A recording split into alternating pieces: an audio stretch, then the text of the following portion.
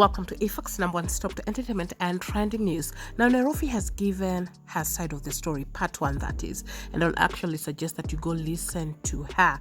Bebe, on the other hand, has also decided to share on his Instagram that he's going to speak his truth today.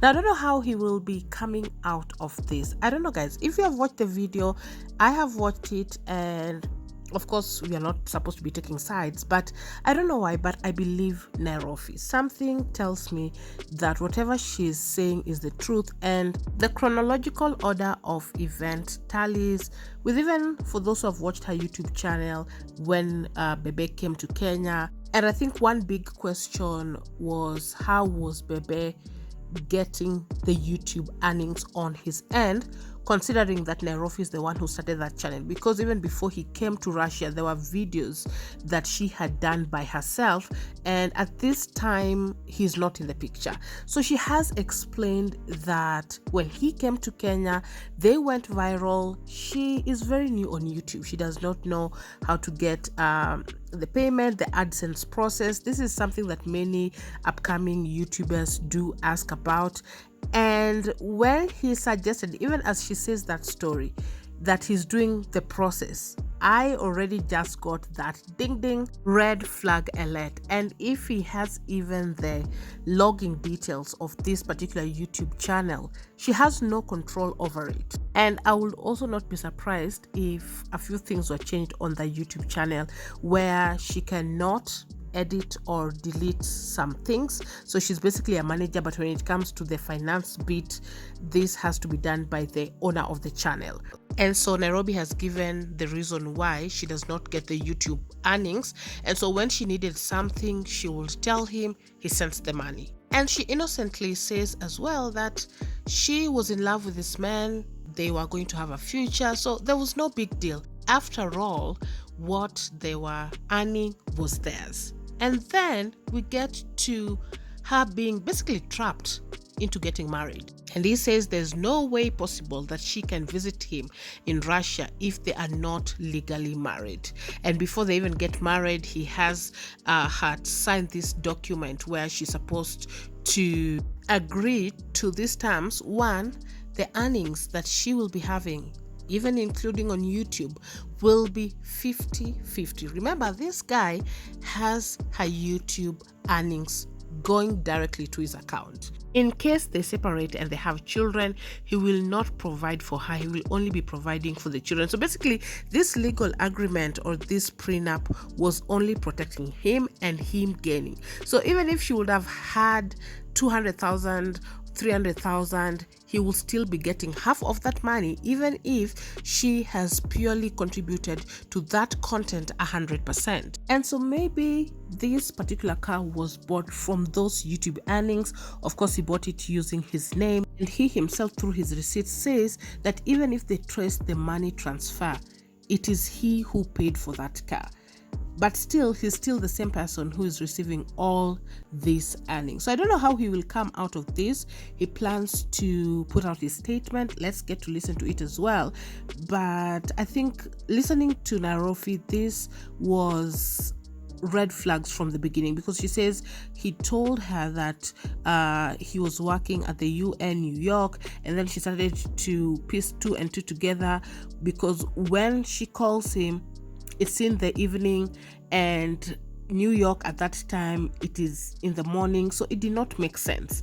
And that is when he decided to confess that he really is in Russia. And of course, through this expose from the Nairofey Closet account, is that if you compare the before and after pictures of Nairofey before she met Bebe and after she met Bebe, is that this guy ndo amemwomosha. So Nairofey does make it clear that when we get to see the video meeting her long distance boyfriend, during that time they have already been together. And she does show the first encounter that they had, meeting where he had invited her to his birthday party. And when you compare those photos, Nairofey does not look bad.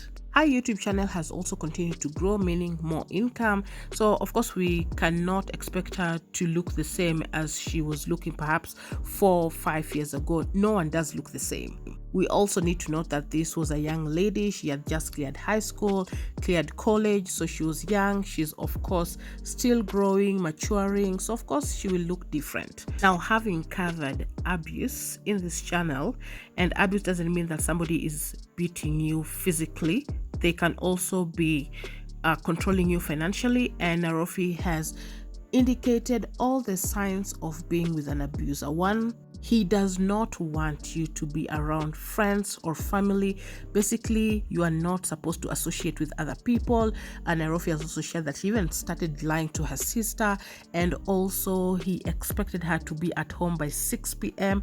This is a young lady and you're already being controlled, and he's also controlling you financially. He did not want her to work, pretending that he's supposed to get her a job at UN, allegedly, which never happened, prompting Nairofey to start even looking for a job as a house help. And she says she even DM'd people like Akothee, Brigitte Achieng, the socialite. And if all these allegations are true, then he found the perfect prey, somebody very easy to control.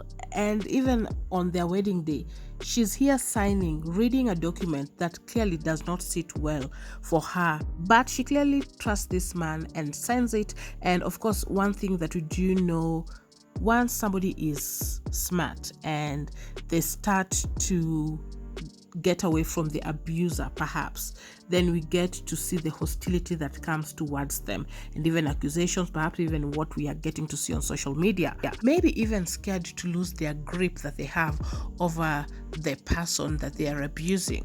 If all these allegations are true, I would honestly say to any person, good for you for getting out. At the end of the day, she is the brand, and even when Bebe was not in the videos, she was still getting good views. So I think she can still continue building her brand, and people and her loyal fans will continue to support her.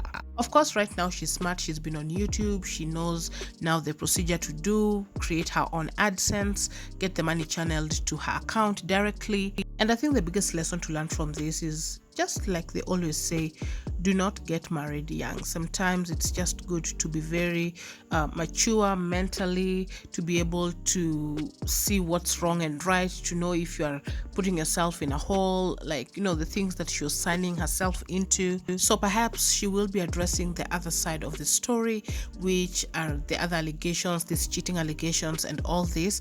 But Euphorian has decided to put out, today I break my silence. I'm sad to watch this happen.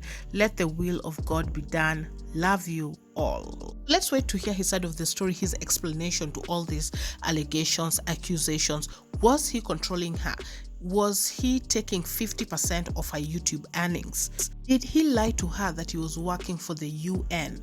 Did he pressurize her to get married so that he can invite her to Russia, and especially for visiting? Even in other European countries, you can visit your spouse even when you're not legally married. And when Nairofey went to the embassy to start the process of going to visit him in Russia, that is when he puts out that he needs to get the documents in order. He was not aware that she needs an invitation letter. I mean, anyone who is inviting somebody from a foreign country, you do know that they need an invitation letter. And even if you're inviting somebody from maybe the European countries that I know of, is that you need to prove your income. I don't know about Russia, but I know there's a document that you get if you are the one who is sponsoring the person who is visiting. You get it from the relevant office, and then that is what you send to the person who is visiting you together with the invitation letter, and they are able to take that to the embassy and then get to visit you.